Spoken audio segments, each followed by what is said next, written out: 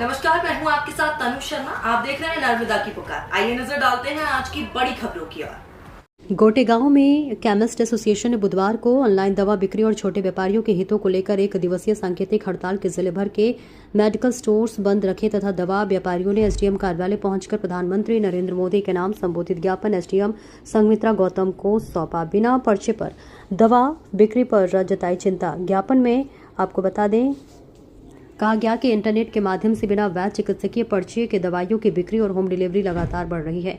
Association का कहना है कि इसमें जन स्वास्थ्य पर खतरा बढ़ रहा है और दवाइयों के गलत इस्तेमाल की आशंका बनी रहती है। दवा व्यापारियों ने यह भी आरोप लगाया कि ऑनलाइन प्लेटफॉर्म द्वारा भारी छूट देकर दवाइयां बेची जा रही है, जिससे छोटे और लाइसेंसधारी केमिस्टों का कारोबार प्रभावित हो रहा है। ज्ञापन में स्थानीय मांग रही कि नगर के कुछ डॉक्टर स्वयं मरीजों को दवाएं बेच रहे। ग्रामीण क्षेत्रों में झोला छाप डॉक्टरों द्वारा अवैध रूप से दवा बेचने और नकली दवाओं के कारोबार के खिलाफ सख्त कदम उठाए गए।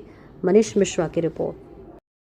ऑनलाइन दवा बिक्री का जो अभी चलन में है, उसके संबंध में ज्ञापन सौंपा गया है माननीय एसडी महोदय को। और दूसरी जो हमारी लोकल समस्या है, जो डॉक्टर्स है कुछ जिनके पास मतलब एलोपैथी का सर्टिफिकेट भी नहीं है, कहीं होम्योपैथिक है, कहीं आयुर्वेदिक है, तो वो अपनी डिस्पेंसरी से सैंपल की और जेनेरिक दवा बेच रहे हैं, जबकि उनको ये अधिकार नहीं है। और इससे हमारी दवा दुकानदारों को नुकसान भी हो रहा है और कहीं ना कहीं मरीजों को भी नुकसान हो रहा है, क्योंकि मनमर्जी की दवाई बेची जा रही है। ये तो इनका वैध वो सर्टिफिकेट नहीं है कि होम्योपैथिक की प्रैक्टिस कर सके, उसके बाद भी इनके द्वारा दवाई दी जा रही है, जिससे मरीजों को नुकसान हो रहा हो और दुकानदारों को प्रभावित हो रहे हैं। हमारी यही मांग है एसडीएम महोदय से कि इन सबको डॉक्टरों को इनकी जो जिस विधा की जिस पैथी की इनके पास इलाज की योग्यता है, उस हिसाब से ये दवा दें और डिस्पेंसरी से दें, प्रिस्क्रिप्शन बना के दें। यही हमारी मांग है। किस पद पे, क्या नाम?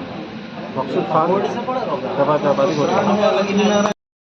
ऑल इंडिया केमिस्ट एसोसिएशन के द्वारा भारत सरकार को संभाग कमिश्नर, तहसीलदार, कलेक्टर के माध्यम से ये ज्ञापन हम लोगों ने दिया है कि जो ऑनलाइन बिक्री हो रही है, उससे दवाओं की ऑनलाइन बिक्री एक गैर कानूनी कार्य है।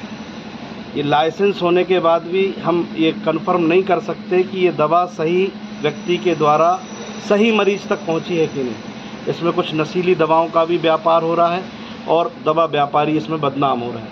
हमारी मांग है सरकार से कि ऑनलाइन बिक्री पर पूर्णतः प्रतिबंध लगाएं, ताकि जो छोटे छोटे मंझोले व्यापारी हैं, इनको व्यापारिक नुकसान कम से कम हो।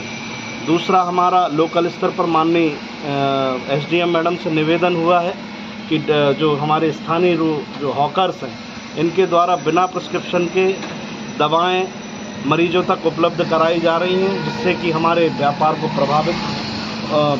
प्रभावित हो रहा है।